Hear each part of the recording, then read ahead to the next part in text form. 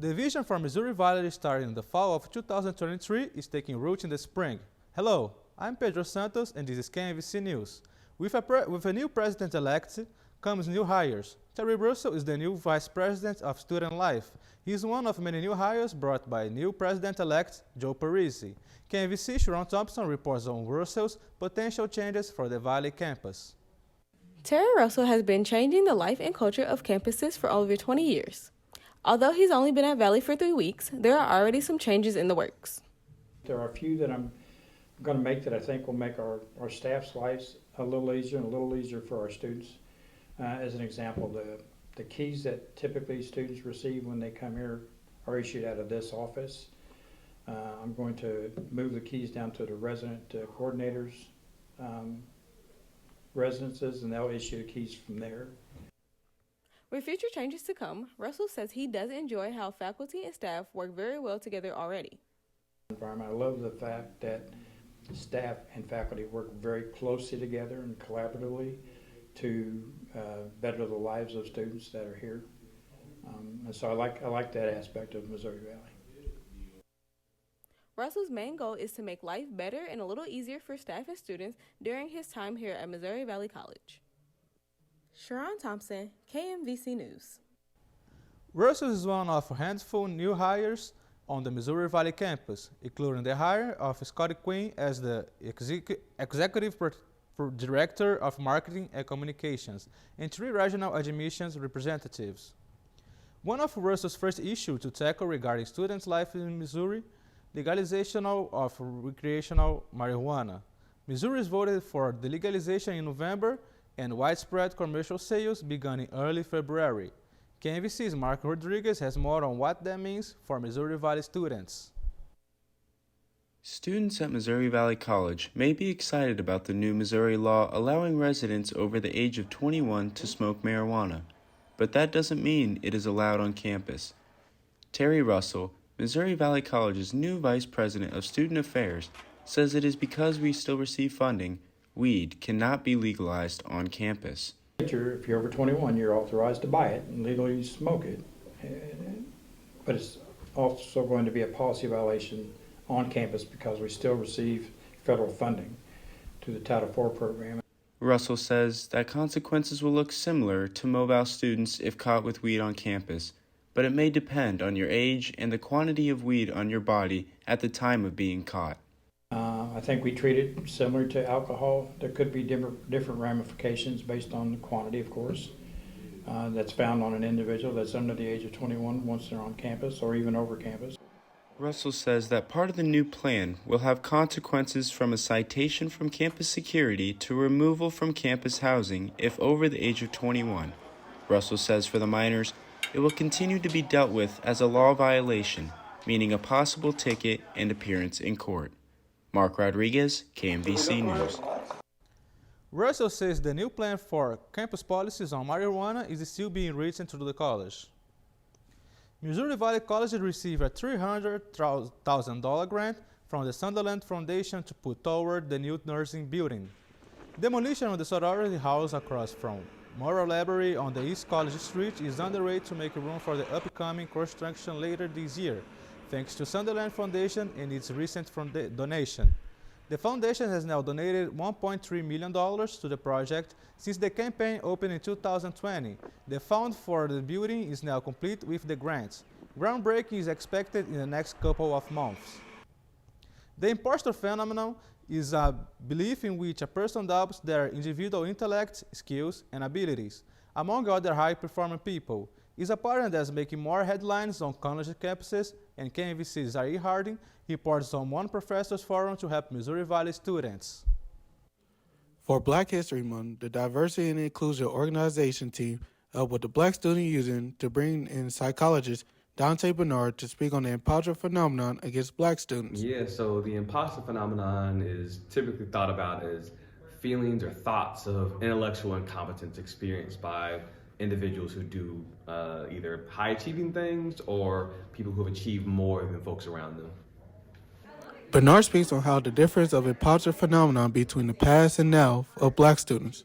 And I think folks experience it for different reasons, especially Black folks or African American folks. And I think it's hard to tell if they've experienced it differently because there's been no real studies about it since in the past. We only recently started to measure this thing in the early 2000s or maybe the late 90s. So because of that, it's hard to answer that question. But what I will say is because we're starting to get a more accurate understanding of it, I will say that as we begin or continue to measure it in more kind of nuanced or sophisticated ways, we will find kind of probably greater experiences, not because they're experiencing more, but because we're measuring it in better ways than we have before.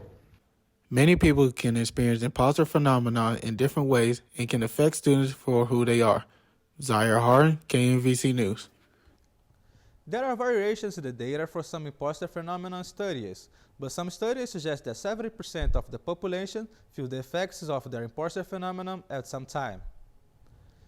The Missouri Valley competitive team won its 7th consecutive Heart of America Athletic Conference title, and 4 members were named to the Heart All-Conference first team. Now, the next step is the NAIA National Championship.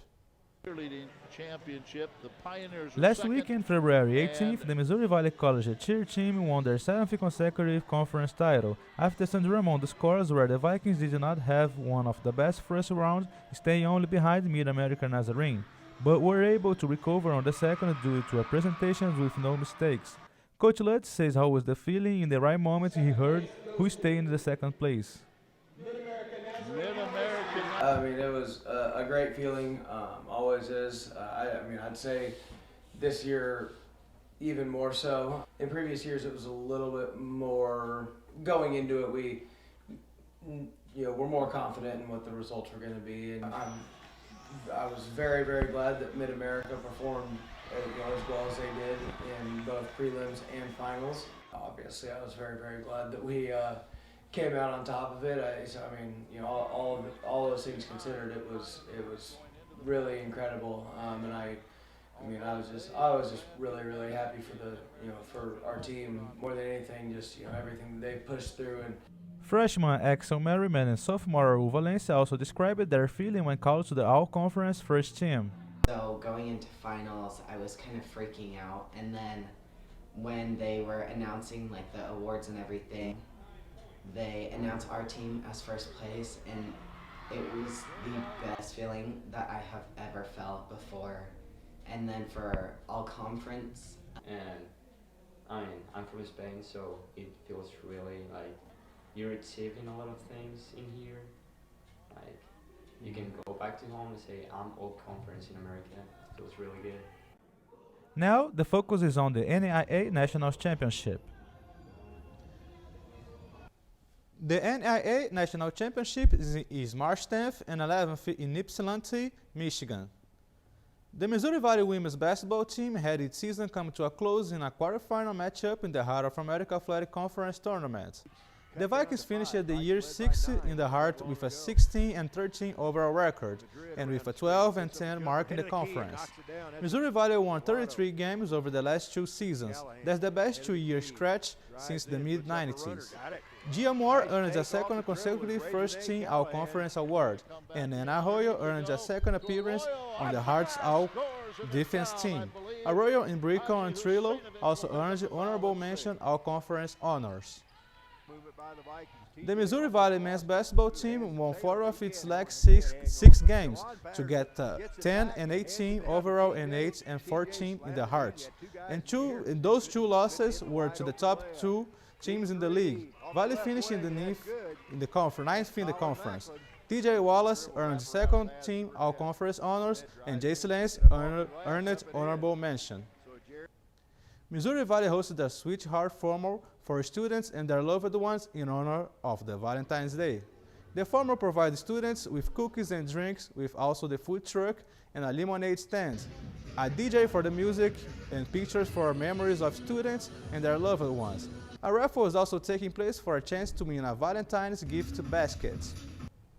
To close out Black History Month, Black Student Union hosted a celebration showcase poetry slam. Students had refreshments provided by BSU members that consisted of cupcakes, cookies, chips, and juice. The varsity team started everything off by performing the fight song, and then students were able to showcase any of their talents. Some people read their original poetry or poetry from their favorite artists. There were even chances to win prizes in honor of the closing of Black History Month. And that's KMVC News for this week. The next show is set for March 22nd. I'm Pedro Santos. Thanks for watching.